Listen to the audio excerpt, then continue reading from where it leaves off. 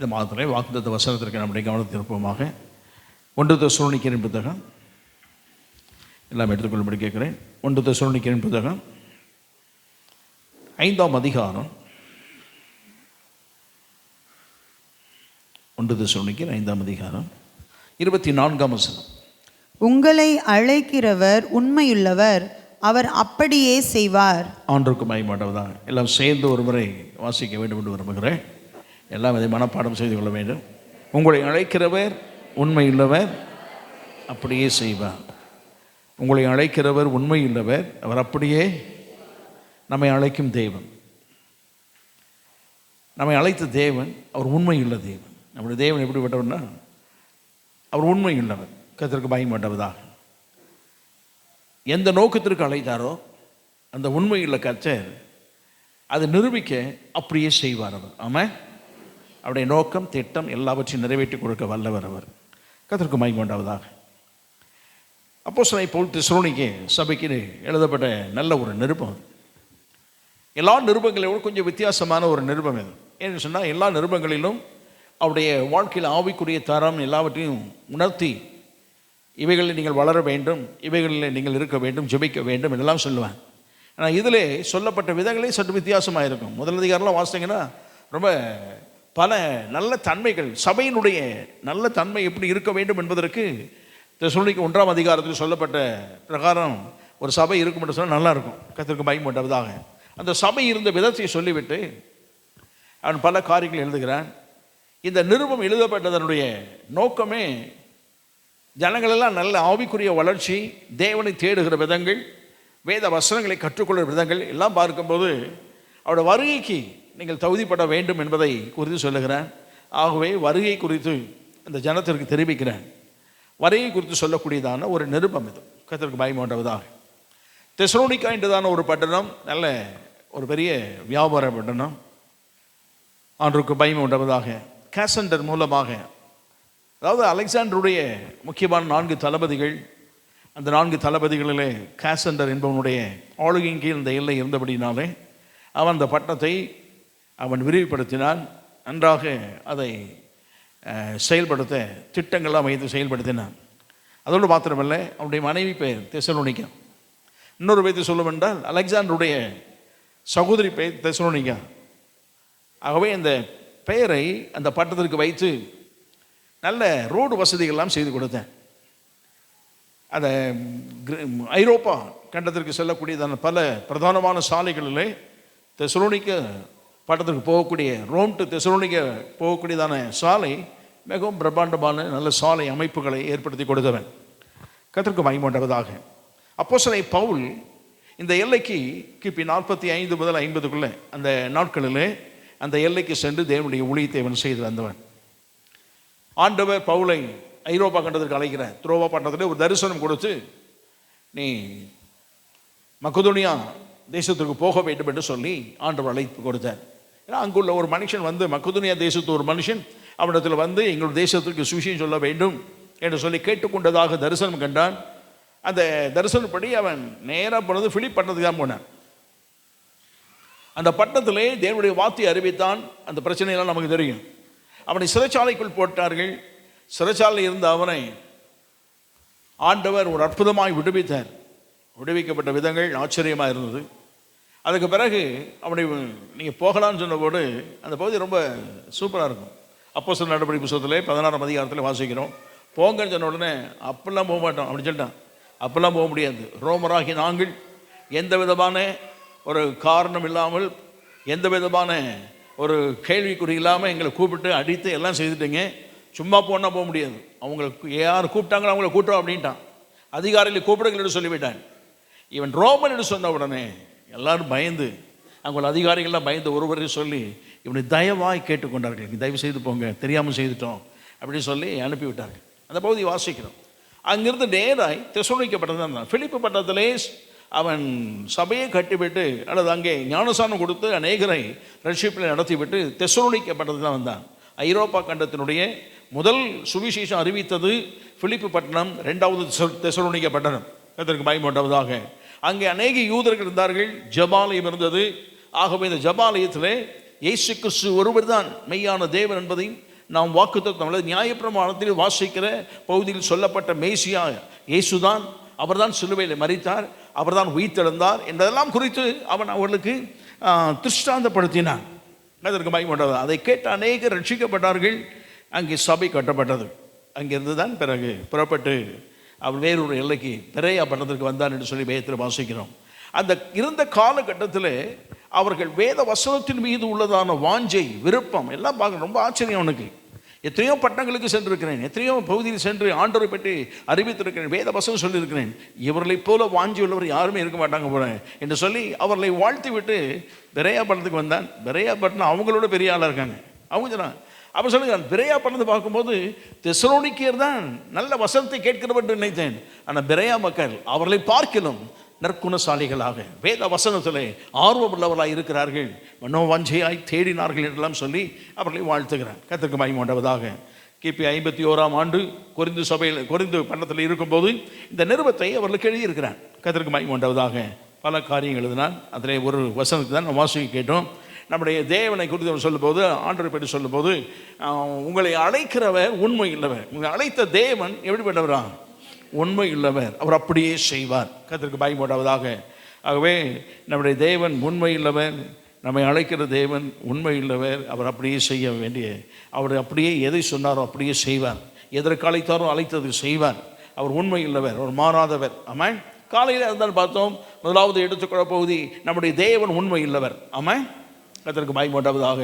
அதை தான் சொல்லும்போது சொல்லப்படுகிறது, நம்முடைய தேவன் பொய் சொல்லுகிறவர் அல்ல, அவர் பொய் சொல்ல மனிதன் அல்ல, மனமாறு மனுபுத்திரனும் அல்ல, சொல்லியும் செய்யாதிருப்பாரோ வசனித்தும் நிறைவேற்றாதிருப்பாரோ என்று சொல்லி சொல்லப்படுது. அவர் எவ்வளவேனும் பொய்யுரையாத தேவன். அவர் எவ்வளவேனும் என்ன செய்ய மாட்டார்? பொய்யுரையாத தேவன். தீமோத்தேயுக்கு எழுதுகிறார், நாம் உண்மையற்றவர்களாக இருந்தாலும் நம்முடைய தேவன் எப்படிப்பட்டவர்?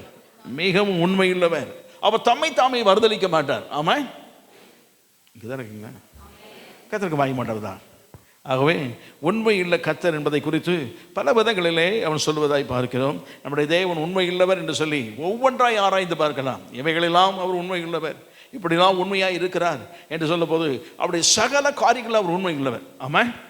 கர்த்தருக்கு பயன் மாட்டார். மனுஷன் மாறி போகக்கூடியவன். யோபு எழுதுகிறான், அவர் ஒரு முறை சொல்லி மறுமுறை என்ன செய்ய வேண்டாராம்? மாற்றுகிற தேவன் அல்ல. தெரியாமல் சொல்லிட்டேன், மன்னிச்சுக்கிடுங்க. சந்தர்ப்ப சூழ்நிலைகள் ஏதோ ஒரு அந்த நிலையில் நான் சொல்லிட்டேன், நான் இன்றைக்கி அதை நிறைவேற்ற முடியாது, தயவு செய்து மன்னிச்சுக்கிடுங்க, வேறு நபரை பார்த்து கொள்ளுங்கன்னு சொல்லி மனுஷன் மாறி விடுவான். ஆனால் ஆண்டவரை பொறுத்த மட்டும் அவருக்கு எத்தனை நஷ்டம் வந்தாலும் பரவாயில்ல, அதை பற்றி அவருக்கு யோசிப்பதில்லை, அவர் அதை பற்றி சிந்திப்பதில்லை. சொன் தவறாத தேவன் நம்முடைய தேவன். ஆமாம். அதை தான் வேதத்திலே சாமுவேல் சொல்லும்போது சொல்லுகிறான், அவர் இஸ்ரவேலுக்கு சொன்னதான வார்த்தைகள் ஒன்றாகில என்ன இல்லையா தரையில் விழுந்து போகவில்லை. யோசுவாவும் அதை தான் சொல்லுகிறான், அவர் இஸ்ரவேலுக்கு கட்டளையிட்டதான எல்லா வாக்குத்தத்தங்கள், எல்லா வசனங்கள் ஒன்றாகில் என்ன செய்யவில்லை, தரையில் விழுந்து போகவில்லை. அவர் சொன்னதை அப்படியே நிறைவேற்றுகிற தேவன் அவர். ஆமா. கர்த்தருக்கு பயன்பட்டவதா உண்மையுள்ள தேவன் என்பதை குறித்து அவரை குறி சொல்லும் போது, காலையில் நாம் தியானிக்கும் போது நம்முடைய தேவனை குறித்து ஆரம்பமே மன்னிப்பதிலே உண்மை இல்லவர். ஆமாம். எல்லாம் மன்னிக்கலாம், ஆனால் என்ன செய்ய மாட்டாங்க? மறக்க மாட்டாங்க. மன்னிக்கலாம், ஆனால் என்ன செய்ய மாட்டாங்க? நம்முடைய தேவனை பொறுத்தவரை சொல்லப்படுது, இயேசு கிறிஸ்துவின் ரத்தம் சகல பாவங்களையும் நீக்கி நீக்கி ஆமாம் அது போக்குவது, அது நீக்கி விடுவது மாத்திரமல்ல, நீக்கி என்ன செய்யுமா? பழைய ஏற்பாடு காலத்தில் ஒரு வசனம் இருக்கு, அந்த வசனம் 32ஆம் சங்கீதம் சொல்லும்போது, எவருடைய பாவங்கள் மூடப்பட்டதோ எண்ணப்படாது இருக்குதோ அவர் யாரா? மூடப்பட்டதோ பாக்கியவான்க. மூடப்பட்டதோ இங்கே இருக்கு, மூடி இருக்கு. ஆனால் இயேசு கிறிஸ்துவின் ரத்தத்தின் வல்லமை அதை நீக்கும், இடத்தை விட்டு அகற்றிடும். அந்த இடம் மறுபடியும் யாரும் வந்து காணக்கூடாத அளவிற்கு வாஷ் அவுட் பண்ணிடும். ஆமாம். கர்த்தருக்கு பயன் உண்டாவதாக. நம்முடைய இயேசு கிறிஸ்து மன்னிப்பதிலே உண்மை இல்லவர். மன்னிக்கிற தேவன் மறந்து விடுவார். கர்த்தருக்கு பயன் உண்டாவதாக. மறுபடியும் அவர் நினைப்பூட்டுவதில்லை. ஆமாம். நமக்கு ஆண்டவர் நினைப்பூட்டினா நாம் அந்த நிலைமையில் என்ன செய்ய மாட்டோம், இருக்க முடியாது. கர்த்தருக்கு பயன் உண்டாவதா. ஆண்டவர் மன்னித்து விட்டார், அதையெல்லாம் கழுவி சுத்திகரித்து விட்டார்னு சொன்னால் பிசாசு கூட வந்து நம்ம இடத்துல அதை சொல்லி என்ன செய்ய முடியாது, போராட முடியாது. கர்த்தருக்கு பயன் உண்டாவதாக. ஒன்ஸ் வாஷ் அவுட் பண்ணிட்டார்னா அதுக்கப்புறம் நினைவில் வருவதில்லை. சாத்தான் அதை சொல்லி நம்மை குற்றப்படுத்த முடியாது. செய்தது மன்னிப்பை கேட்காமல் இருப்பதை வேண்டுமானாலும் சுட்டி காட்டலாம். இது செய்திருக்காய் மன்னிப்பு பெற்றுக்கொள்ளாதவர்களை சுட்டி காட்ட முடியும், யார் வேண்டுமானாலும் சுட்டி காட்ட முடியும், தேவனையும் சுட்டி காட்டுவார். ஆனால் வாஷ் அவுட் பண்ணதுக்கப்புறம் அவர் சுத்திகரித்த பிறகு மன்னித்த பிறகு தேவன் ஒரு நாளும் அதை திரும்பி பார்ப்பது இல்லை. ஆமாம், அதைத்தான் விதத்தில் சொன்னேன். முதுகுக்கு பின்பதாக தூக்கிப்பட்டவர் தூக்கி எறிஞ்சிட்டார். முதுகு பிறகு சமுத்திரத்தின் ஆழத்தில் கொண்டு போட்டார். மேற்கிற்கும் கிழக்கு எவ்வளோ தூரம் அவ்வளோ தூரமாக விளக்கணும். எல்லாம் விளக்கம் காலையில் நான் பார்த்தோம். சரி, நம்முடைய ஆண்டவன் அப்படிப்பட்டவர். இந்த வசனத்தை வாசிக்கும்படி கேட்குறேன். எபிரேயர் நிருபக்காரன் எழுதுகிறான் வசனம் வாசிகள் 10ஆம் அதிகாரம் 23ஆம் வசனத்தை வாசிக்கும்படி கேட்குறேன். அல்லாமலும் நம்முடைய நம்பிக்கையை அறிக்கையிடுகிறதில் அசைவில்லாமல் உறுதியாய் இருக்க கடவோம். வாக்குத்தத்தம் பண்ணினவர் உண்மையுள்ளவராய் இருக்கிறாரே. ஆண்டுக்கு மகிமையுண்டாவதாக. அங்கே சொல்ல போது அல்லாமலும் நம்முடைய நம்பிக்கையை அறிக்கையிடுவதில் அசைவில்லாமல் உறுதியாய் இருக்க கடவோம். வாக்குத்தத்தம் பண்ணினவர் எப்படிப்பட்டவரா? ஆண்டவர் வாக்குத்தத்தம் எல்லாருக்கும் பண்ணுகிறார். அவரை நம்பி வந்த எல்லா ஜனத்திற்கும் தம்முடைய வார்த்தைகளை என்ன செய்கிறார்? அவர் கொடுக்கிறார். உற்சாகமூட்டும்படியாய் வசனங்களை கொடுக்கிறார், வார்த்தைகளை கொடுக்கிறார், தீர்க்கதரிசி மூலமாய் கொடுக்கிறார், வேத வசனத்தின் மூலமாய் கொடுக்கிறார், இதயத்தில் உணர்த்துகிறார், சத்தமாய் பேசுகிறார், சில பகுதி மூலமாய் காட்டுகிறார். இப்படி பல விதத்தில் பரிசுத்த ஆவியானவர் நமக்கு அவர் செயல்படுத்துகிறார். தேவன் நம்மளோட பேசுகிறார். வாக்குத்தத்தம் பல விதங்களில் நமக்கு வரலாம். கர்த்தருக்கு பயம் உண்டாவதாக. ஆனால் வாக்குத்தத்தம் பண்ணது அவர்தான் என்று சொன்னால் அந்த வாக்குத்தத்தம் நிறைவேற்றுவதற்கு அவர் உண்மை இல்லவராக இருக்கிறார். அவர் ஆமா, கர்த்தருக்கு பயம் உண்டாவதாக. ஒரு சொல்லிவிட்டார், அதை மாற்றுகிற தேவன் அல்ல. அதை வாக்குத்தத்தத்தில் உண்மையுள்ள தேவன். அதை தான் இந்த வாக்குத்தத்தம் சொல்லும் போது 11ஆம் அதிகாரத்திலே வாசிக்கிறோம். எபிரேயர் 11ஆம் அதிகாரம் 11ஆம் வசனத்திலே விதமாய் சொல்லப்பட்டிருக்கிறது. விசுவாசத்தினாலே சாராலும் வாக்குத்தத்தம் பண்ணினவர் உண்மையுள்ளவர் என்று எண்ணி கற்பம் தரிக்க பலனடைந்து வயது சென்றவளாய் இருந்தும் பிள்ளை பெற்றாள். ஆண்டுக்கு மகிமையுண்டாவதாக. இதில் சொல்லப்பட்ட எபிரேயர்காரன் எழுதுறான், விசுவாசத்தினாலே சாராலும் வாக்குத்தத்தம் பண்ணினவர் எப்படிப்பட்டவரா? உண்மையுள்ளவர் என்று எண்ணி கற்பம் தரிக்க என்ன எழுதுறான்? ரோமன் அப்போஸ்தலன் பவுல் எழுதுகிறான், சாராளின் கற்பம் என்னதான்? செத்து போனது. கர்த்தருக்கு பயம் உண்டாவதாக. சாராரின் கற்பம் செத்து போனது. அவளால் குழந்தை பேர் அல்லது ஒரு ஒரு பிள்ளையை பெற்றுக்கொள்ளக்கூடியதான வாய்ப்புகள் அவளுக்கு இல்லவே இல்லை. உலக ரீதியாய் சொல்லுவோம் என்று சொன்னால், அவளுடைய சரீர ரீதியாய் சொல்லுவோம் என்று சொன்னால் கர்த்தருக்கு பயம் உண்டாவதாக மாற்று கருத்தே கிடையாது. அவருடைய வயதிற்கும் அவருடைய நிலைமைக்கும் வேதம் சொல்லுகிறது சாரால் கர்ப்பம் என்னதான்? செத்து போயிட்டு. இன்னொரு குழந்தை உண்டாக்க முடியும் என்றதான நம்பிக்கை இல்லாத சூழ்நிலை.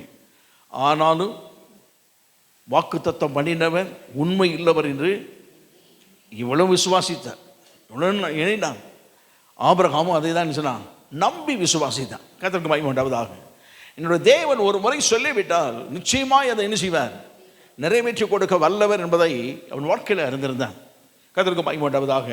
வாய்ப்புகள் அது நமக்கு கிடைக்கும் என்றதான நம்பிக்கையற்ற சூழ்நிலைகள், நம்முடைய வாழ்க்கையில் பெற்றுக்கொள்வோம் என்றதான நிலை வராத அந்த காலகட்டமாக இருந்தாலும் ஆண்டவர் நமக்கு வாக்குத்தத்தம் பண்ணிவிட்டால், ஆண்டவர் வார்த்தையை சொல்லிவிட்டால், கிடைக்கும் என்று சொல்லிவிட்டால் கட்டாயம் கிடைக்கும். ஆமா, சில வேளைகளில் கால தாமதம் போல நமக்கு தெரியலாம்.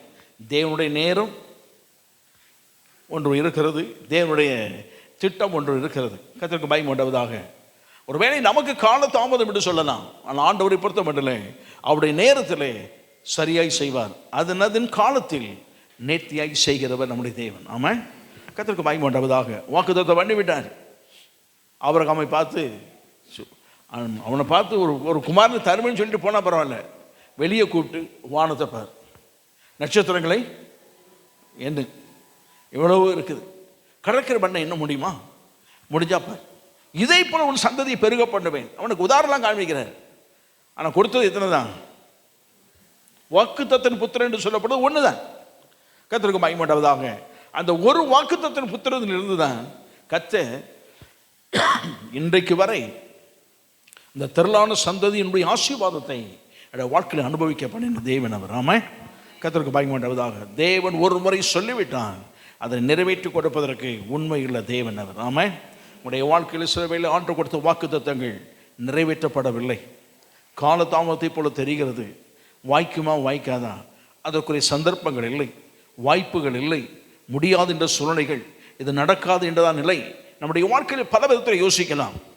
நம்முடைய தேவன் நடக்கும் என்று சொல்லி நம்மை நடத்தினான், இது உனக்கு ஆகும் என்று சொல்லி நமக்கு வாக்கு கொடுத்திருந்தால் நிச்சயமாகவே நடக்கும். ஆமாம், கர்த்தருக்கு பயப்படாது. அதை அவர் மாற்றுகிற தேவன் அல்ல. தெரியாமல் சொல்லிட்டேன் மனோகரன், மன்னிக்கணும், நான் தெரியாமல் சொல்லிட்டேன்னு சொல்லி ஆண்டவர் செய்ய மாட்டார். அதை கேட்டு அதை அப்பாலஜி வாங்கிட்டு போக மாட்டார். அது என்ன ஆனாலும் சரி, அது நிறைவேற்றி கொடுக்க வல்லவர் அவர். ஆமாம், கர்த்தருக்கு பயப்படாவதாக. இன்னொரு விதத்தை சொல்ல வேண்டும் சொன்னால், ஆண்டவர் ஒரு நாள் இதெல்லாம் பெற்றுக்கொள்வதற்கு முன்பு ஆண்டவர் அவனை அழைத்து ஒரு தேசத்தை தருவேன்னு சொல்லி நினைச்சிட்டாரு, கூட்டு போயிட்டார். அவன் கானான் தேசத்தில் சுற்றி அலைந்து கொண்டு இருக்கிறான். கர்த்தருக்கு பயப்படாவதாக. அலையும் போது ஆண்டு சொல்றாரு, இந்த தேசத்தை நான் உனக்கு என்ன செய்வேன், தருவேன். உனக்கு மாத்திரமில்லை, உன் சந்ததிக்கு என்ன செய்வேன். அடுத்த ஸ்டெப் சொல்ல, உன் சந்ததிக்கு இந்த தேசத்தை நான் தருவேன். அதுக்கு நீ என்ன செய்யணும், தேசத்தை எம்மட்டும் அம்மட்டும் என்ன செய்யும், நடந்து எங்கெல்லாம் கால் வைக்கிறியோ அதை நான் டயக்ராம் போட்டுக்கிறேன். நீ எங்கே நடக்க முடியுமோ அவனும் நடந்தான். அவன் அவன் இதெல்லாம் தருவான்னு சொல்லி நடந்தானோ நடக்கலையும் நமக்கு தெரியாது. ஆனால் நடந்த பகுதியெல்லாம் ஆண்டு பண்ணிச்சாரு, அவனுக்கு டயக்ராம் போட்டார். கர்த்தருக்கு பயப்படாவதாக. இந்த தேசமெல்லாம் அவனுக்கு தான் சொல்லி ஆண்டவர் ஒரு வரைபடம் போட்டது போல வரைபடம் போட்டார். கர்த்தருக்கு பயப்படாவதாக. மனுஷன் போட்ட வரைபடம் அழிந்து போய்விடும், காலங்கள் நடுவே இல்லாமல் போய்விடும். கர்த்தருக்கு பயப்படாவதாக. தேவன் போட்ட வரைபடம், இதை தருவேன்னு சொல்லப்பட்டதான வரைபடம் யாராலும் ஒரு காலம் அழித்து போட முடியாது. அழிந்தது போல தெரியும், ஆனால் தேவன் அதை நிச்சயமாகவே எப்படி அவனுக்கு கொடுப்பேன் என்று சொன்னாரோ அப்படியே கொடுப்பார் அவர். ஆமாம், இவரெல்லாம் கை அல்லது அடிமைகளாக எகிப்தில் இருக்கிறாங்க. 400 வருஷம், அதில் ஏறக்குறைய ஒரு 100 வருஷமாக நல்லா இருந்திருப்பாங்கன்னு நினைக்கிறேன். ஓரளவு யோசேப்பை அறியாத ஒரு பார்வன், ஒரு ராஜன் நினைச்சுதான் வந்தான். அது வரைக்கும் இஸ்ரவேல் ஜனங்கள் வாழ்க்கை எப்படி தான் இருந்திருக்கும், செழிப்பாக இருந்திருக்கும். கர்த்தருக்கு பயப்படாவதாக. ஏன் அப்படி சொன்னால், அந்த யோசேப்பு இவனால் தப்பா எகிப்து தேசமே இருக்குதுன்னு சொல்லி சொல்லி சொல்லி அந்த ஜனங்களும் பெருக்கம் ஒரு பக்கம் இருந்தாலும் ஆசீர்வாதமாக இருந்தாங்க. ஆனால் யோசேப்பு அறியாத ஒரு ராஜன் வந்தான். அதுக்கப்புறம் தான் இவங்களுக்கு பிரச்சனையும் செஞ்சுருக்கோம். அது எத்தனை காலகட்டம், எத்தனை செஞ்சதுக்கு வந்தது தெரியாது. ஒரு குறிப்பிட்ட காலத்தில் அவன் யோசித்தான், வரக்கூடிய பார்வன் சொல்லி சொல்லி சொல்லி வந்த பார்வன்லாம் ஒரு நினச்சான், இவங்க திடீர்னு எதிராளி கூட போயிட்டாங்கன்னா என்ன பண்ணுறது அப்படின்னு சொல்லி அவன் நினைப்பு, எதிராளி கூட சேர்ந்து இந்த தேசத்தை எகிப்து தேசத்தை இவர்கள் என்ன செய்வார்கள், கைப்பற்றி விடுவார்கள். அப்போ நம்மெல்லாம் இவங்களுக்கு அடிமையாக போயிடுவோம். அதனால் மொதவே நம்ம இவங்களை அடிமையாக்கும்னு சொல்லி அடிமைப்படுத்த ஆரம்பித்தார்கள். எத்தனை ஆண்டுகள் அடிமைத்தனத்திற்கு இருந்தாங்களோ தெரியாது. 400 ஆண்டுகள் என்று சொல்லி ஒட்டுமொத்தமாக சொல்லப்படுகிறது. 400 ஆண்டு காலம் கூட யோசித்திருக்கலாம். ஆபிரகாமுக்கு தேவன் வாக்குத்தத்தம் பண்ணினார், ஒரு தேசத்தை கொடுப்பேன்னு சொல்லியிருந்தார். நமக்கு ஒரு தேசம் இருக்கிறது, என்றைக்கு போகிறோம், என்றைக்கு கிடைக்கும். காலங்கள் நடுவே பல யோசனைகள், பல சிந்தனைகள், அவையெல்லாம் தேவன் ஆபிரகாமோடு மறைந்து போய்விட்டதோ தெரியலை. இதுக்கு முன்னால் ஏறக்குறைய 4 சந்ததி ஆபிரகாமோடு அது எல்லாம் போய்விட்டது. ஈசாக்கு கொஞ்ச நாள் அங்கே வாழ்ந்தான். யாக்கோபு அதுக்கப்புறம் கொஞ்ச நாள் தான் வெளியே போனால் பிறகு உள்ளே வந்துட்டான். உள்ளே வந்து அந்த இலையில் இருந்தார்கள். பிறகு யாக்கோபு மறுபடியும் எங்கே வந்துட்டான். அவர்கள் இந்த தேசத்தில் இருந்த காலகட்டங்கள்லாம் குறைவான ஒரு காலகட்டங்கள் தான். ஆனால் ஆண்டவர் நித்திய காலத்துக்கு ஒரு ஆசீர்வாதம் எழுதியிருக்கிறாரு, வாக்குத்தத்தம் பண்ணியிருக்கிறார். வாழ்ந்தது குறைவான ஆண்டு காலகட்டம், வாக்குத்தத்தம் பண்ணதா நீடித்த கால வாக்குத்தத்தம். கர்த்தருக்கு பயப்படாவதாக. யோசிக்கிறாங்க, கிடைக்குமா கிடைக்காதா, நமக்கு அப்படி தேசம் வருமா வராதான், நமக்கு டயக்ராம் போன எப்படின்னு தெரியலையே, எந்தெந்த இடம்லாம் தெரியலையே யோசித்திருப்பாங்க. கர்த்தருக்கு பயப்படாவதாக. அவர் எத்தனை யோசனை கிடைக்குமா கிடைக்காதான யோசனைகள் இருந்தது. டயக்ராம் போட்டாரா இல்லையான்னு தெரியாது, எந்தெந்த தேசம் என்று அவங்களுக்கு தெரியாது, ஒன்றுமே தெரியாது. தேவன் மட்டும்தான் அறிந்திருந்தார். ஆனால் தேவன் மட்டும் அறிந்திருந்தாலும் இந்த ஜனத்திற்கு கொடுப்பேன் என்று ஆபிரகாமுக்கு வாக்குத்தத்தம் பண்ணினவர் இந்த ஜனத்தை கொண்டு வந்து நிறுத்தி ஒவ்வொன்றாய் கைப்பற்றும்படியாக செய்து இதையெல்லாம் உன்னுடைய தேசம் என்று சொல்லி ஒரு நாள் கட்டளையிட்டார். ஆமாம், மேற்கே உனக்கு கடல் தான் எல்லை, கிழக்கே யோர்தானுக்கு அப்புறத்தில் நீங்கள் பெற்றுக்கொண்டீர்கள், அது ஒரு எல்லை. கிழக்கே உங்களுக்கு இந்த பாரான் வனாந்தரம் தான் உங்களுடைய எல்லை, வடக்கே உங்களுக்கு தான் கோத்திரத்தில் அவர்கள் பெற்றுக்கொண்ட இந்த பகுதியை ஆண்டவர் காண்பித்து, இதுதான் எல்லை, இந்த எல்லையில் தான் ஆபிரகாம் அன்றைக்கு நடந்து கொண்டே வந்தான். நடந்த பகுதியெல்லாம் நான் டயக்ராம் போட்டேன். உங்களுக்கு தெரியாது, நான் டயக்ராம் போட்டு வச்சுருந்தேன். ஆனால் வாக்குத்தத்தம் அவனுக்கு பண்ணினேன். பண்ணும்போதே சொன்னேன், இந்த தேசத்தை உன் சந்ததி கொடுப்பேன்னு சொன்னேன், பெற்றுக்கொள்ளுங்கள். ஆமாம், கர்த்தருக்கு பயப்பட்டவதான். ஒரு வேலை சில வேலைகளில் தேவன் கொடுத்த வாக்குத்தத்தங்கள் நம்முடைய வாழ்க்கையிலே அழிக்கப்பட்டது போல தெரியலாம், காலங்கள் நடுவே மறைந்து போனது போல தெரியலாம், அது இல்லாமல் போனது போல இருக்கலாம், நம்முடைய நினைவில் கூட வருவதற்கு சாத்தியக்கூறு இல்லாத சூழல் இருக்கலாம். எல்லாமே போய்விட்டது, எல்லாமே மறக்கப்பட்டு போய்விட்டது, எல்லாமே கைவிட்டு நழுவி போய்விட்டது என்று சொல்லலாம். ஆனால் வாக்குத்தத்தம் பண்ணின ஒரு உண்மை இல்லவர், அவர் காலங்கள் நடுவே கூப்பிட்டு கையிலே கொடுக்க வல்லவர். ஆமாம், நம்முடைய தேவன் அப்படி பண்ணார். வாக்குத்தத்தம் பண்ணிட்டார்னா அது என்ன காலத்திட்டம், என்ன நேரம், நீடித்த காலமாக இருந்தால் நீடித்த காலத்திட்டம், குறுகிய காலமாக இருந்தால் குறுகிய காலத்திட்டம் கட்டாயம் செய்வார். ஆமாம், இது நீடித்த காலம். கர்த்தருக்கு மகிமையுண்டாவதாக. சில ஜனங்கள் வராங்க, செங்கடல் முன்னால் நிற்கிறார்கள். அப்போ மோசே சொல்லுகிறான், நீங்கள் கவலைப்படாதீங்க, யுத்தம் யாருடையது? அவன் சொல்கிறான் ஜனங்களுக்கு, யுத்தம் கர்த்தருடைய. கர்த்தர் என்ன சொன்னார்னா, நீங்கள் கவலைப்படாதீங்க, உங்களுக்கு யுத்தம் பண்ண தெரியாது, எனக்கு தெரியும். நீங்கள் யுத்தம் பண்ண தெரியாது, ஆகவே யுத்தத்தை கண்டு பயந்து விடக்கூடாது என்பதற்கு தான் நான் நடத்தி செல்கிற பாதையை வேறு. கர்த்தருக்கு மகிமை உண்டாவதாக. அவர் அவர்களை சுற்றி வேறு விதமாய் நடத்தி கொண்டு போகிறார். குறுக்கு பாதைகளில் சென்றால் அவர் 40 நாள்லையே காணான் போய் அடைந்திருக்கலாம். ஆண்டவர் அவர்களை 4 வருட காலத்துக்கு நடத்தி செல்வதற்கு வேறொரு பாதை வழியை நடத்தி கொண்டு போகிறார். இவர்கள் தான் இந்த நாட்களை 4 வருட நாட்களை இவர்கள் தான் 40 வருடங்களாக என்ன செய்தாங்க? பாவத்தினால் நீடித்து கொண்டார்கள். கர்த்தருக்கு மகிமை உண்டாவதாக. ஆனால் தேவனை பொறுத்தப்பட்டலே 4 வருடத்தில் கொண்டு போய் சேர்க்க வேண்டிய இடம் அது. அவர் சொன்னார், நான் கொண்டு போகிறேன், அது எனக்கு தெரியும், உங்களுக்கு யுத்தம் பண்ண தெரியாது என்பது தெரியும், ஆனாலும் முதல்ல நீங்கள் சந்திக்கிறீங்களே, இந்த யுத்தம் என்னுடையது. அவர் சொல்லிட்டார், ஜனங்கிட்ட போய் சொல்லு, இந்த யுத்தம் யாருடையது? கர்த்தருடையதுன்னு சொல்லு. அவர் கர்த்தருடையன்னு சொல்லிவிட்டு அவர் பேசாமல் போய் உட்காரல. அந்த யுத்தத்தை கர்த்தரே அவர் செய்து முடித்தார். அவர் கர்த்தருக்கு மகிமை உண்டாவதாக. அவர் யுத்தத்தில் பட்டயத்தை எடுத்து அப்படி சண்டெல்லாம் போட மாட்டார். அவர் செய்கிற விதமே வேறு விதம். கர்த்தருக்கு நம்முடைய யோசனைக்கு உட்பட்டதாகி செய்வதில்லை, நம்முடைய சிந்தைக்கு நம்முடைய கற்பனைக்கு உட்பட்ட நிலையில் அவர் யுத்தம் பண்ணுகிறவர் அல்ல. இந்த உலகமும் உலகத்தில் யுத்த வீரர்களோ அல்லது உலகத்தில் எந்த காரியமும் அறிந்து கொள்ள புரிந்து கொள்ள முடியாத முறையில் அவர் யுத்தத்தை அவர் செய்து வெற்றியை தம்முடைய பிள்ளைகளுக்கு கொடுக்கிற தெய்வன் அவர். ஆமாம், அவர் சொன்னது ஒன்று, யுத்தம் கர்த்தருடையது. ஆமாம், அப்படி சொல்லிவிட்டு போகவில்லை, அதை அவர் நின்று செய்து காண்பித்தார். அதான் சொல்கிறான், நீங்கள் நின்று பாருங்கள் கர்த்தர் உங்களுக்கு செய்கிற யுத்தத்தை. ஆமாம், கர்த்தருக்கு பயப்படாவதாக. அவர் அக்கறை போல உடனே தெரிஞ்சது, தேவன் யுத்தம் பண்ணுகிற விதமே வித்தியாசமான முறைகள். ஆமாம், நம்முடைய வாழ்க்கையினுடைய அறிந்து கொள்வோம், நம்முடைய தேவன் வாக்குத்தத்தம் பண்ணிவிட்டார், நிறைவேற்றி கொடுக்க அவர் வல்லவர் அவர். ஆமாம், தாவீது வாழ்க்கையில் ஆண்டு சொன்னார், இப்போ நீ ஆலயத்தை கட்டணும்னு விரும்பிட்டேன், ஆனால் கட்ட முடியாது, உன்னுடைய குமாரன் என்ன செய்வான், அதை கட்டுவான் என்று சொல்லிவிட்டு வாக்குத்தத்தம் கொடுத்து விட்டார். சாலமோன் கட்டும்போது அவன் ஜெபம் பண்ணா அது பண்ண எல்லாம் செய்யட்டும். அவன் சொன்னது என்னன்னா, தேவன் என்னுடைய தகப்பனுக்கு எப்படி செய்தாரா வாக்குத்தத்தம் பண்ணார். எப்படி வாக்குத்தத்தம் பண்ணாரா?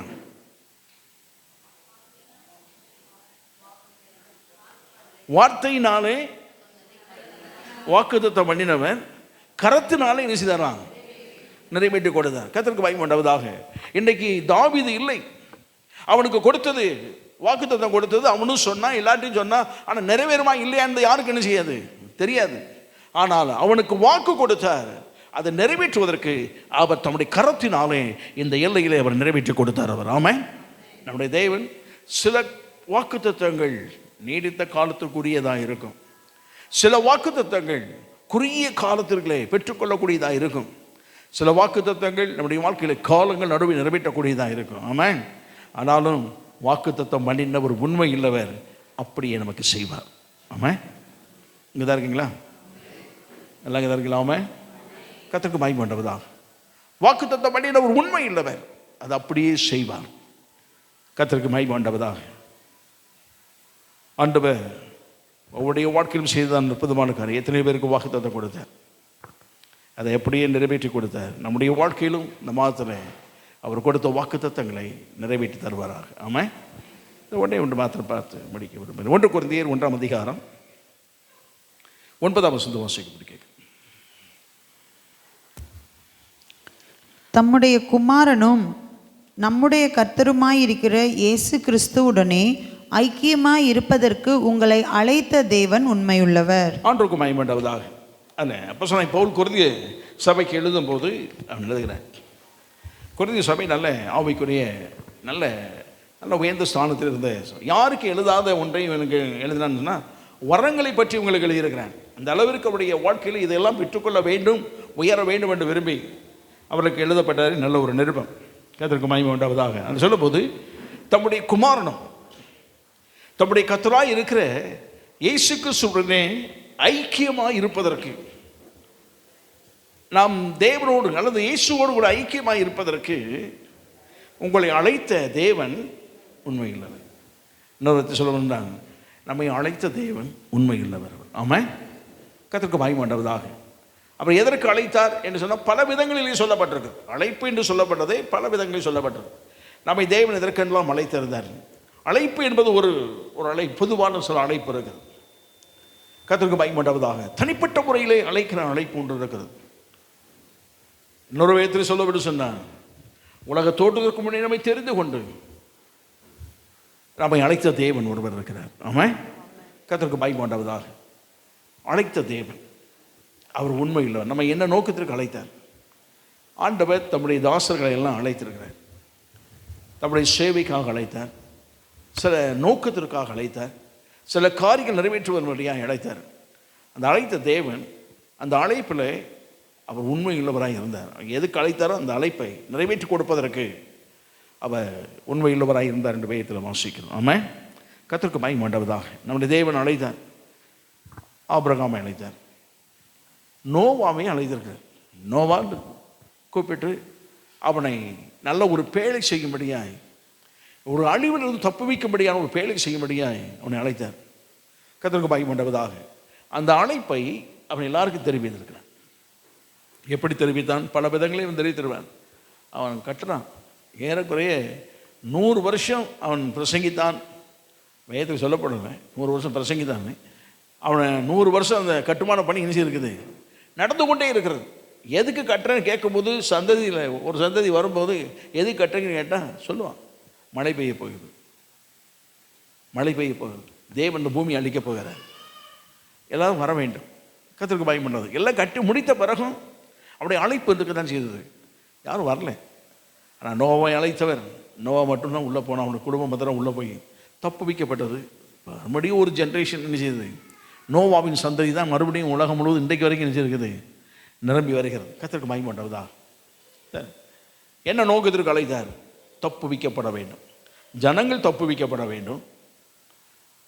ஆண்டவருடைய கோபத்திலிருந்து ஜனங்கள் தப்பு வைக்கப்படுவது மாத்திரமல்ல, மிருக ஜீவன் இந்த பூமி மறுபடியும் என்ன செய்ய வேண்டும், பழைய நிலையில் இருக்க வேண்டும் என்பதற்கு அவர் செய்முறைகள் எல்லாம் வைத்து இவனை அழைத்தார். கர்த்தருக்கு மகிமை உண்டாவதாக.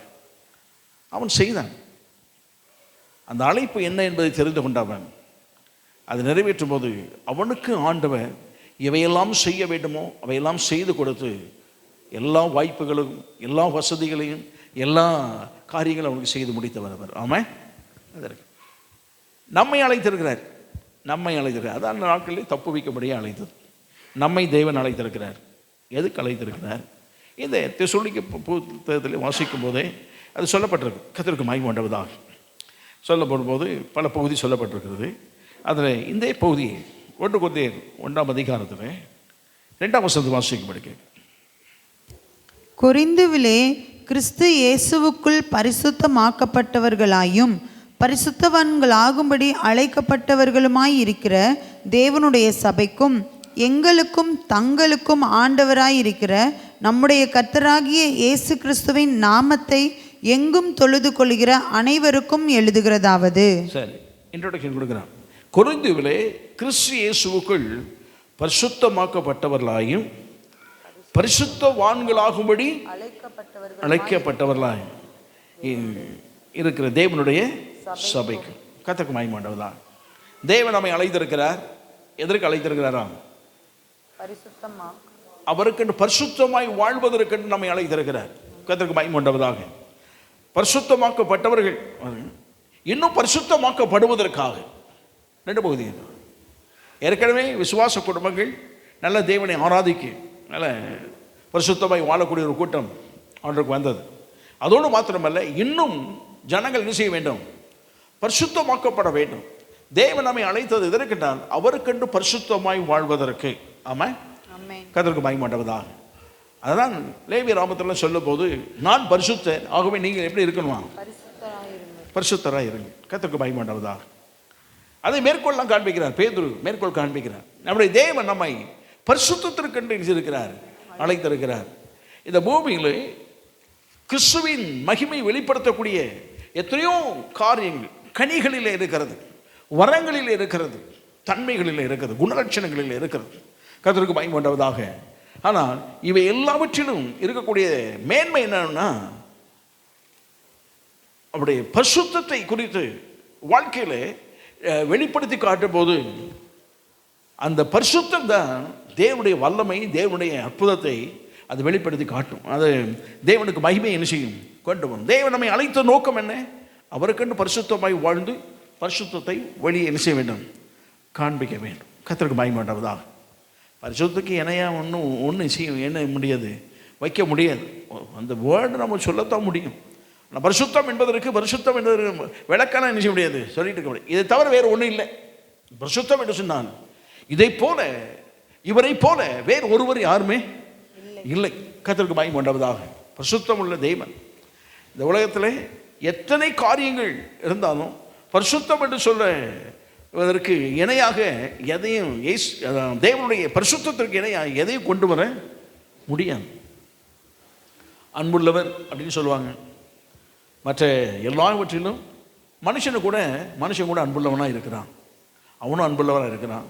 அந்த கடவுள் கூட அன்பாக இருக்கிறாரு அப்படிலாம் சொல்லுவான். சரி, வேறு என்ன சொல்லலாம்? இரக்கம் உள்ளவர், அவங்களே இரக்கம் உள்ளவர், மனுஷனும் இரக்கம் உள்ளவனாக இருக்கிறான். நாம் எதை சொல்லுவோம்? அற்புதம் செய்தார். ஏன் நாங்களும் இந்த விதத்தில் அற்புதத்தை நாங்கள் எதிர்பார்க்கிறோம். அற்புதத்தை உலகத்தில் எதிர்பார்க்க முடியும், தன்மைகளில் குணலட்சணையும் எதிர்பார்க்க முடியும். ஆனால் பரிசுத்தம் என்ற ஒன்று தான் தேவனுக்கு நிகராக இருக்கக்கூடிய அற்புதமான ஒன்று. இந்த பரிசுத்தத்துக்கு ஒன்று தான் எதையும் கொண்டு வந்து என்ன செய்ய முடியாது, வைக்க முடியாது. கர்த்தருக்கு மகிமை உண்டாவதாக. அதற்கு இணை ஒன்றுமே இல்லை. அதான் மோசே சொல்லுகிறேன், பரிசுத்தத்திலே உமக்கு நிகரானவர் யார்? ஆமென். கர்த்தருக்கு மகிமை உண்டாவது. உம்மை போல இந்த உலகத்தில் யாருமே இருக்க முடியாது. எதில்னா பரிசுத்தத்தில் யாரும் இருக்க முடியாது. தேவன் நம்மிடத்தில் எதிர்பார்ப்பதுன்னா அவர் அதற்கென்றே அழைத்திருக்கிறார், பரிசுத்தமாய் வாழ்வதற்கு. எப்படி ஆகிலும் நம்முடைய வாழ்க்கையில் அவரை போல மாறுவதற்கு உருவாக்கப்பட வேண்டும். ஒவ்வொரு நாளும் நாம் அவரை போல மாறுவதற்கு நம்மை அர்ப்பணித்து கொடுக்க வேண்டும். நம்மை அழைத்த தேவன் எதற்கு என்று சொன்னால் அந்த பரிசுத்த தன்மையை இந்த உலகத்தில் வெளிப்படுத்தி காட்டுவதற்கு தான். ஆமாம், இங்கே இருக்கீங்களா? கர்த்தருக்கு மகிமை உண்டாவதாக. ஆண்டவர் இயேசு மத போதகர்லாம் அவர்கிட்ட வந்து சொன்னாங்க, இரக்கம் வேணும், தயவு வேணும் அப்படிலாம் சொல்லும்போது இயேசு கிறிஸ்து இரக்கம் அதெல்லாம் இருக்குது. இரக்கத்தை, பலியை, இதெல்லாம் சொல்கிறதுக்கு நான் வரல, பாவிகளை ரட்சிக்க என்ன செய்திருக்கிறேன், வந்திருக்கிறேன் அப்படின்னு சொன்னால் பிணியாளிக்கு தான் வைத்தியம் தேவையே தவிர மற்ற ஆள் நல்லா இருக்கிற ஆட்கள் என்ன இல்லை, வைத்திய தேவையில்லை. கர்த்தருக்கு மகிமை உண்டாவதா. இதுதான் ஆண்டவர் சொன்னார். அப்போ இந்த உலகத்தில் இருக்கக்கூடிய ஜனங்கள் பாவத்தில் வாழ்கிறபடினாலே அவர்களை பிரித்தெடுத்து பரிசுத்தமாய் வாழ வேண்டும் என்பதற்கு தான் அந்த அழைப்பை இருக்கிறது. கர்த்தருக்கு மகிமை உண்டாவதா. தேவன் நம்மை அழைத்த நோக்கம் பல காரணங்கள் இருக்கலாம், பல காரியங்கள் வெளிப்படுத்தக்கூடியதாக இருக்கலாம். அதில் ஒன்று, நாம் அவருக்கென்று பரிசுத்தமாய் வாழ்ந்து இந்த பரிசுத்த தேவன் யார் என்பதை வாழ்வின் மூலமாய் நிரூபிக்க வேண்டிய அழைப்பு கர்த்தர் நம்ம கொடுத்திருக்கிறார். ஆமாம், நாம் யார் அல்லது நம்முடைய தேவன் யார் என்பதை நாம் ஆராதிக்கிற முறைமைகளிலே தெரியும். ஆமாம், இங்கே தான் இருக்கீங்களா? நாம் ஆராதிக்கிற தேவன் யார் என்பதை நம்முடைய முறைமைக்கு, நம்முடைய நடக்கைக்கு, நம்முடைய கிரியைகளிலே கட்டாயம் செய்யும் தெரிஞ்சு. கர்த்தருக்கு மகிமை உண்டாவதா. எல்லாவற்றிலும் பார்த்து, உதாரணத்துக்கு எத்தனையோ மார்க்கத்தில் உள்ளவங்க இருக்கிறாங்க, மார்க்கம் இல்லாதவனும் இருக்கிறாங்க. ரெண்டு பேரும் சண்டை போடுறாங்க. ரெண்டு பேரும் சண்டை போடும்போது விளக்கிறான், சண்டை போடாத போ போ அப்படின்னு விளக்கிறான். ஒரு நல்ல கிறிஸ்தவனை பற்றி அந்த எல்லையில் தெரியும். அவனும் திடீர்னு சண்டை போட முடியாது வந்துட்டு சண்டை போடுறான்னு டக்கு நிப்பாட்டிட்டு யார்ட்டையும் கேட்காத ஒன்று கேட்பான். என்ன கேட்பாங்க? சார் நீங்கள் கிறிஸ்தவங்க, உடனே சொல்கிறேன் நீங்கள் கிறிஸ்தவங்க சண்டை போடலாமா? ஏன் மற்றவங்க கிறிஸ்தவம் இல்லாட்ட மற்றவங்களாம் சண்டை போடக்கூடாதா? கிறிஸ்தவம் சண்டை போடக்கூடாதா இல்லை சும்மா இருக்கணுமா? அவங்கெல்லாம் சண்டை போடும்போது ஒருத்தரும் கேட்கல. நான் ஒரு சந்தர்ப்பம் சொல்லி சண்டை போட்டேன். ஆனால் கேட்குற கேள்வி என்னது? இதே போல் சமுதாயத்தில் நடந்திருக்கு. ரெண்டு பேரும் சண்டை போடுறேன்னு விலக்கி விட்டாரு. அப்படி விலக்கி விட்டு அவனுக்கு 2 வார்த்தை பேசி இவனுக்கு 2 வார்த்தை பேசி சமாதானம் பண்ணி அனுப்புனா அடுத்த கேள்வி வரும், நீங்கள் கிறிஸ்தவங்களா சார்? ஏன் அப்படின்னா அந்த செயல்பாடுகளிலே கிறிஸ்துவின் தன்மை என்ன செய்யும்? இதைத்தான் ஆண்டவர் என்ன செய்ய முடியும்? உங்களுடைய பரிசுத்த வாழ்க்கையில் அப்படி தன்மையை வெளிப்படுத்தி காட்ட வேண்டும். ஆமாம், கர்த்தருக்கு பயம் வேண்டவதாக. அதான் மேகமோட திரளான சாட்சிகள் நம்மை சூழ்ந்திருக்கிறது. விசுவாசத்தோடு வாழ்ந்தவர்கள், பரிசுத்தமாய் வாழ்ந்தவர்கள், கர்த்தருக்கு பரிசுத்த வைராக்கியத்தை கொண்டு இருந்தவர்கள், இவங்க எல்லாம் சாட்சிகள் நமக்கு இருக்கிறது. அவையெல்லாம் இருந்தாலும் பரவாயில்ல, பாரம் நம்ம இடத்துல இருக்கிறது, சுற்றி பாவம் இருக்கிறது. விரும்பினால் செய்யலாம், விரும்பாவிட்டால் செய்யாமல் இருக்கலாம். ஆனால் ஆண்டவர் எல்லாம் தள்ளிட்டு கிறிஸ்துவை நோக்கி, விசுவாச வாழ்வின் ஓட்டம் கிறிஸ்துவை நோக்கி நான் ஓடும் போது அந்த பரிசுத்த பாதையில், அந்த ஓடுகிற அந்த ஓட்டத்தில் பரிசுத்த தன்மை கொஞ்சம் கொஞ்சமாக நம்ம வெளிப்படத்தான் செய்யும். ஆமாம், கர்த்தருக்கு மகிமை உண்டாவதா. நம்மை பரிசுத்தருக்கு அழைத்த தேவன் அவர். ஆமாம், கர்த்தருக்கு மகிமை உண்டாவதா. இன்னும் ஒன்று வாசிக்கும், 7ஆம் அதிகாரம், 7ஆம் அதிகாரம் 15ஆம் வசனத்தை வாசிக்கும். ஆகிலும் அவிசுவாசி பிரிந்து போனால் பிரிந்து போகட்டும். இப்படிப்பட்ட விஷயத்தில் சகோதரனாவது சகோதரியாவது அடிமைப்பட்டவர்கள் அல்ல, சமாதானமாய் இருக்கும்படிக்கே தேவன் நம்மை அழைத்திருக்கிறார். இது ஒரு பெரிய ஒரு திருமண காரியத்தை குறித்து அவர் சொல்லி கொண்டு வருகிறார். கர்த்தருக்கு பயம் உண்டாவதாக. அவிசுவாசியான ஒரு பெண், விசுவாசியான ஒரு ஆண், அல்லது அவிசுவாசியான ஒரு ஆண், அவிசுவாசியான ஒரு பெண், இப்படி விசுவாசியான ஒரு பெண், இப்படி இருக்கும்போது அவருடைய குடும்ப வாழ்க்கையில் ஏற்படக்கூடியதான சூழ்நிலைகள், பிரச்சனை குறித்து எழுதி வருகிறேன். அப்படி எழுதி வரும்போது சொல்கிறேன், சமாதானமாக இருக்கும்படிக்கே தேவன் நம்ம நினைச்சிருக்கிறார். பிரச்சனையோடு வாழ்ந்திருக்க வேண்டியதில்லை. குடும்ப வாழ்வில் பிரச்சனையோடு நினைச்சிருக்கூடாது, வாழ்ந்திருக்க வேண்டாம். சமாதானத்தோடு என்ன செய்யணும்? நான் வாழ்வதற்கு தேவன் நம்ம அழைத்திருக்கிறார். நம்முடைய குடும்ப வாழ்க்கை இது தேவனுடைய குடும்பம், இது பக்தியுள்ள குடும்பம், தேவனை வெளிப்படுத்துகிற குடும்பம் என்பதை வாழ்க்கை முறைகளை காண்பிக்க வேண்டும். அது சமாதானத்தோடு இருக்கிற அந்த வாழ்க்கை முறையை என்ன செய்யணும்? காண்பிக்க. இதற்கிடையே தேவன் நம்ம என்ன செய்திருக்கிறார்? அழைத்திருக்கிறார். இந்த உலகம் முழுவதும் வாழ்கிற அநேக குடும்பங்கள் வெளி தோற்றம் பார்ப்பதற்கு சூப்பராக இருக்கும். வெளி தோற்றம் எப்படி இருக்கும்? ஆனால் கணவன் மனைவி இவர்களுக்குள் இருக்கக்கூடியதான பிரச்சனைகள், போராட்டங்கள் எல்லாம் என்ன செய்யும்? வெளியே தெரியாது. கர்த்தருக்கு பயம் வேண்டாம். வெளியே வரும்போது சூப்பராக ஒரே வண்டியில் அல்லது ஒரே காரில் அல்லது ஒரே சைக்கிளில் ஏதாவது நீட்டாக வந்துடுவாங்க, ப்ராப்ளமே இருக்காது. வெளியவே என்ன செய்யாது? தெரியாது. ஆனால் உள்ளே தான் என்ன செய்யும்? அது சொல்லுவது, உள்ளே பயங்களும் வெளியே என்னதான் போராட்டம் பண்ணுற மாதிரி எல்லாமே உள்ளே இருக்கும். எல்லாமே எப்படி இருக்கும்? உள்ளே இருக்கும். கர்த்தருக்கு பயம் வேண்டாவதா. அப்போ ஆண்டு சொல்றாரு, சமாதானத்திற்கென்றே நம்ம இடத்துல எந்த பிரச்சனையும் உண்டு பண்ணிட்டு பிரச்சனையெல்லாம் போயிட்டு இருக்க வேண்டாம், சமாதானம் பண்ணிடுங்க. கர்த்தருக்கு பயம் வேண்டாவதாக.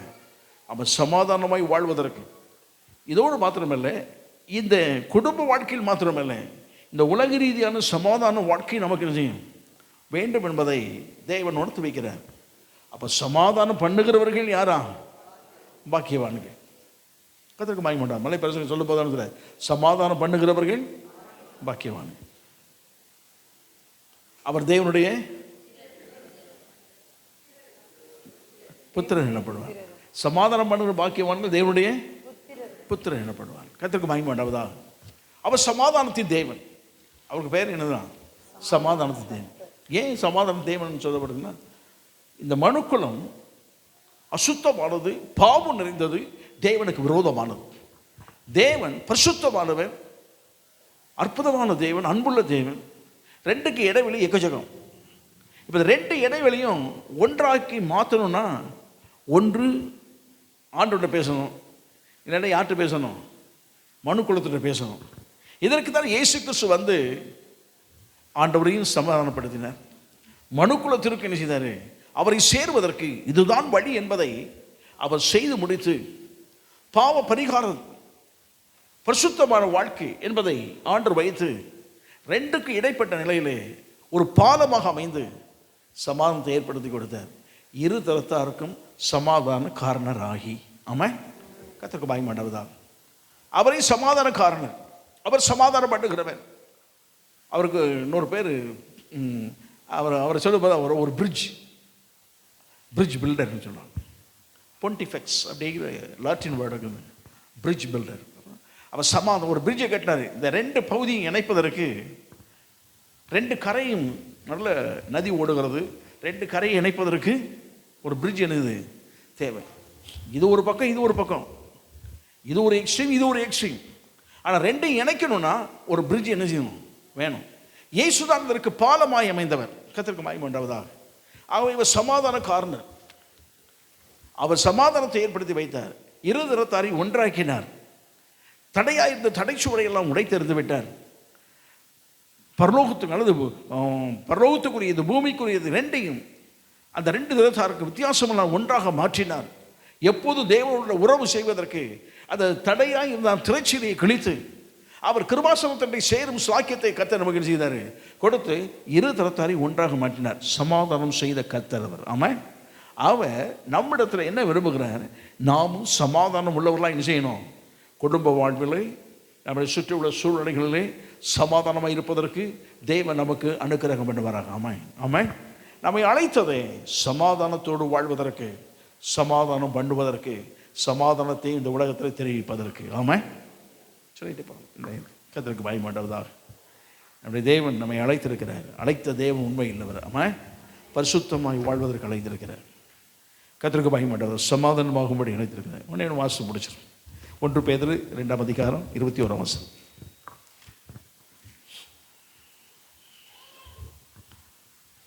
இதற்காக நீங்கள் அழைக்கப்பட்டிருக்கிறீர்கள், ஏனெனில் கிறிஸ்துவும் உங்களுக்காக பாடுபட்டு நீங்கள் தம்முடைய அடிச்சுவடுகளை தொடர்ந்து வரும்படி உங்களுக்கு மாதிரியை பின்வைத்து போனார். ஆண்டவருக்கு மகிமை உண்டாவதாக. இதற்காகவே அழைக்கப்பட்டிருக்கிறீர்கள். எதற்குதான்? அவருடைய அடிச்சுவடுகளை நாம் என்ன செய்யணுமா, பின்பற்றி போவதற்கு. என்ன அடிச்சுவடு? அவர் பட்ட பாடுகள், அவர் நமக்காய்ப்பட்ட வேதனைகள், இவையெல்லாம் நம் வாழ்க்கையில் தெரிந்து கொள்வது மாத்திரமில்லை, கிறிஸ்துவின் நிமித்தம் வரக்கூடிய பாடுகளை நாம் சந்தோஷமாக ஏற்றுக்கொள்வதற்கு, அவருடைய அடிச்சுவடை நடப்பதற்கு தேவன் நம்மை அழைத்திருக்கிறார். ஆமாம், இன்னொரு விதத்தை சொல்லணும்னா, நம்மை பாடுபடுவதற்கு ஒரு பகுதியிலே அழைக்கப்பட்டிருக்கிறோம். நம்ம சில வேளையில் பாடுகள் இருக்கிறது அப்படி சொன்னால் யோசிக்க வேண்டாம். இது தேவன் நம்மை அழைத்த அழைப்பில் ஒரு பகுதி. இந்த பாடுகள் அது சும்மா போய் நீங்களாக வம்பு இழுத்து பாடுபடுவது சொல்லலை. ஆமாம், கர்த்தருக்கு பயம் உண்டாது. வேண்டாத வெளியே போய் பேசிட்டு அடி வாங்கிட்டு நான் கர்த்தருக்காக அடிபட்டேன்னு நினைச்ச முடியாது. இன்னும் ஒரு மாதிரி பார்க்குறேங்க. வேண்டாத வெளியே போய் பேசிட்டு அடி வாங்கிட்டு வந்து கர்த்தருக்காக நான் அடிபட்டேன்னு சொல்லக்கூடாது. அது வேறு. கர்த்தருக்காக நாம் வாழ்க்கையில் படுகிற பாடுகள். 1ஆம் நூற்றாண்டு கிறிஸ்தவர்கள் அப்படி யோசித்து பார்க்கணும். அப்போ கிறிஸ்துவுக்காக அவர் நின்ற போது, கிறிஸ்துவை மறுதலிக்கும்படியான கிரியைகள் செயல்பாடுகள் எல்லாம் செய்த போது மறுதலிக்காமல் நின்றாங்க. அவர் வாழ்க்கையில் பட்ட பாடுகள். பேதுரு எழுதுகிறாங்க, இந்த பாடு நமக்கு ஒரு ஸ்லாக்கியம். இந்த பாடுபடுவதற்கு நாம் ஸ்லாக்கியமாக இருக்கிறோம் என்பதை நினைத்துக்கொள்ள வேண்டும். அவருடைய அடிச்சுவடுகளை நாம் பின்பற்றுகிறோம். அதில் பாடுகள் என்றால் ஒன்று இருக்கிறது. தேவன் நம்மை அழைக்கும் போது சில பாடுகளும் நம்மை சார்ந்து வந்து விடுகிறது. அந்த பாடுகளுக்காக நாம் அழைக்கப்பட்டிருக்கிறோம். பவுலுடைய வாழ்க்கையிலே ஆண்டவர் அழைத்ததே அதற்குத்தான். அவன் வந்து இஸ்ரவேலருக்கும் பிரஜாதிகளுக்கும் ராஜாக்களுக்கும் சுவிசேஷம் அறிவிப்பதற்கும் அவன் எனக்காக எவ்வளவாய் பாடுபட வேண்டும் என்பதை அவனுக்கு நான் நினைச்சிருக்கிறேன், தெரிவித்திருக்கிறேன். அவனை அழைத்த அந்த அழைப்பில் சுவிசேஷம் சொல்வதற்கு மட்டுமல்ல, அவருக்காக பாடுகளை சகிப்பதற்கும் ஆண்டவன் அழைத்திருக்கிறார். கர்த்தருக்கு மகிமை உண்டாவதாக. பாடுகள் என்பது கிறிஸ்துவ வாழ்க்கையின் ஒரு பகுதியிலே ஒரு அங்கம். ஆமாம், அதை சந்தோஷமாக ஏற்றுக்கொள்ளக்கூடிய மனப்பான்மை நமக்கு இருக்க வேண்டும். நம்முடைய தேவனும் அதைத்தான் ஏற்றுக்கொண்டார். ஏற்றுக்கொண்டதுனாலே இன்றைக்கு அநேக ஜனங்கள், கோடியான ஜனங்கள் அந்த பாடுகளினாலே ஆசீர்வாதம் பெற்றது போல, சில வேளை தேவன் நடத்துகிற அந்த சில பாடுகள் அநேகருடைய விசுவாச வாழ்வை கட்டி எழுப்பக்கூடியதாய் மாறி அமைக்கும். ஆமாம், நம்மை அழைத்த தேவன் சில வேளை கிறிஸ்துவுக்காக பாடுகளை அனுபவிக்கவும் அவர் செய்வார். ஆமாம், தேவனுடைய அழைப்பு பல விதங்களே இருக்குது. கர்த்தருக்கு மகிமை உண்டாவதாக. அந்த அழைப்பை நிறைவேற்றி கொடுக்கிற தேவன், அந்த அழைப்பை அழைத்த தேவன் உண்மை உள்ளவர். ஆமாம், கர்த்தருக்கு மகிமை உண்டாவதாக. நம்ம எல்லாம் எழுதுறது ஜெபமா.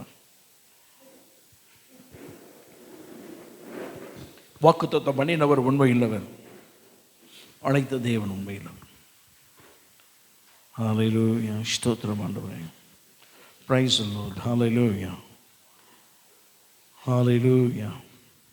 நம்மெல்லாம் ஆண்டு சமூகத்தில் ஜெயிப்போமா? வாக்குத்தத்தம் பண்ணினவர் உண்மை இல்லவர்.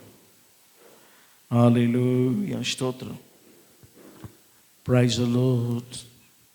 நம்மை அழைத்தவர் உண்மை இல்லவன், அன்பின் வாக்குத்தத்தங்களை தந்தவன், அவன் அப்படி நிறைவேற்றி கொடுக்க வல்லவன். ஹல்லேலூயா, ஹல்லேலூயா. என்னை அழைத்தவர் உண்மையுள்ளவர், அன்பின் வாக்கு தத்தங்களை தந்தவர், இந்த வழிகளில் என்னை காப்பவர், என்றும் உன்னை நடத்திடுவார். நம்மை அழைத்தவர் உண்மையுள்ளவர், தடைகள் உன் பாதையிலே, பெருந்துன்ப வேளைகளில், தடைகள் உன் பாதையிலே, பெருந்துன்ப வேளைகளில், பதறாமல் இயேசுவை நம்பு, பதறாமல் இயேசுவை நம்பு, புது பாதை திறந்திடுவார். உன்னை அழைத்தவர் உண்மையுள்ளவர், அன்பின் வாக்கு தத்தங்களை தந்தவர், உந்தன் வழிகளில் எம்மை காப்பவர், என்றும் உன்னை நடத்திடுவார். நம்மை அழைத்தவர் உண்மையுள்ளவர், நம்முடைய தேவன் உண்மையுள்ளவர். பாவங்களை மன்னிப்பது, திரளான மன்னிப்பு அவரிடத்திலே உண்டு. மன்னிக்கிற தேவன். வாக்குத்தத்தம் பண்ணினவர் உண்மையுள்ளவர், நிறைவேற்றி கொடுப்பதற்கு. நம்மை அழைத்த தேவன் நம்மை பரிசுத்தமாக்குவதற்கு, நம்மை சமாதான பண்ணுகிறவர்களாய் மாற்றி அமைப்பதற்கு நம்முடைய தேவன் அற்புதமான காரியம் செய்ய வல்லவர்.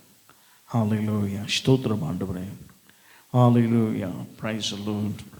ராஜன் பிரதர் ஜெபிக்கப்படுகிறார். Praise the Lord. ஸ்தோத்திரம் ஆண்டவரே, ஸ்தோத்திரம் அப்பா. மகா பரிசுத்தமுள்ள எங்கள் பரலோக தகப்பனே, துதிக்கிறோம் அப்பா. எங்கள் ஆண்டவராக இயேசுவின் நாமத்திலே நம்முடைய சமூகத்தில் வருகிறோம். அந்த மாதத்தின் முதல் நாள் கூட நீர் எங்களோடு கூட இடைப்பட்டு நல்ல வாக்குத்தத்த வசனத்தை கொடுத்திருக்கிறேன். மக்கு ஸ்தோத்திரம். உங்களை அழைக்கிறவர் உண்மையுள்ளவர், அவர் அப்படியே செய்வார் என்ற வார்த்தையின்படி ஆண்டவரே, தாயின் கருவில் உருவாவதற்கு முன்பாகவே பேர் சொல்லி அழைத்தவர் ஆண்டவரே. உமக்கு நன்றி செலுத்துகிறோம் ஆண்டவரே.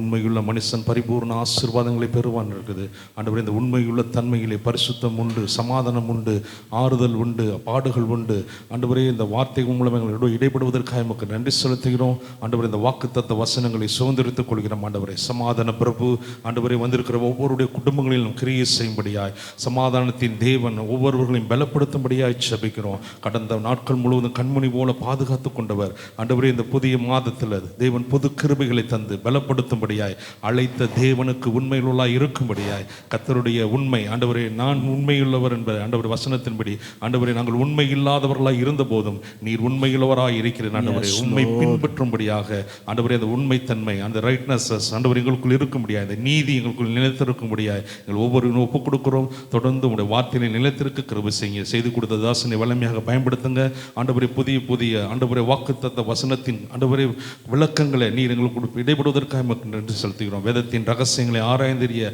ஆண்டவரே மகனுக்கு கொடுத்த கிருபைகளுக்காக எமக்கு நன்றி செலுத்துகிறோம். எங்களை ஒவ்வொருவரையும் பரிசுத்தப்படுத்துங்க, திருமணத்துக்கு எங்களை தகுதிப்படுத்துங்க ராஜா. எல்லா துதி கனமையும் எல்லாம் நமக்கு எடுக்கிறோம் இயேசுவின் நாமத்தின் நல்ல பிதாவே, ஆமென். ஆமென். ஆத்துமாவே கர்த்தரை ஸ்தோத்திரி,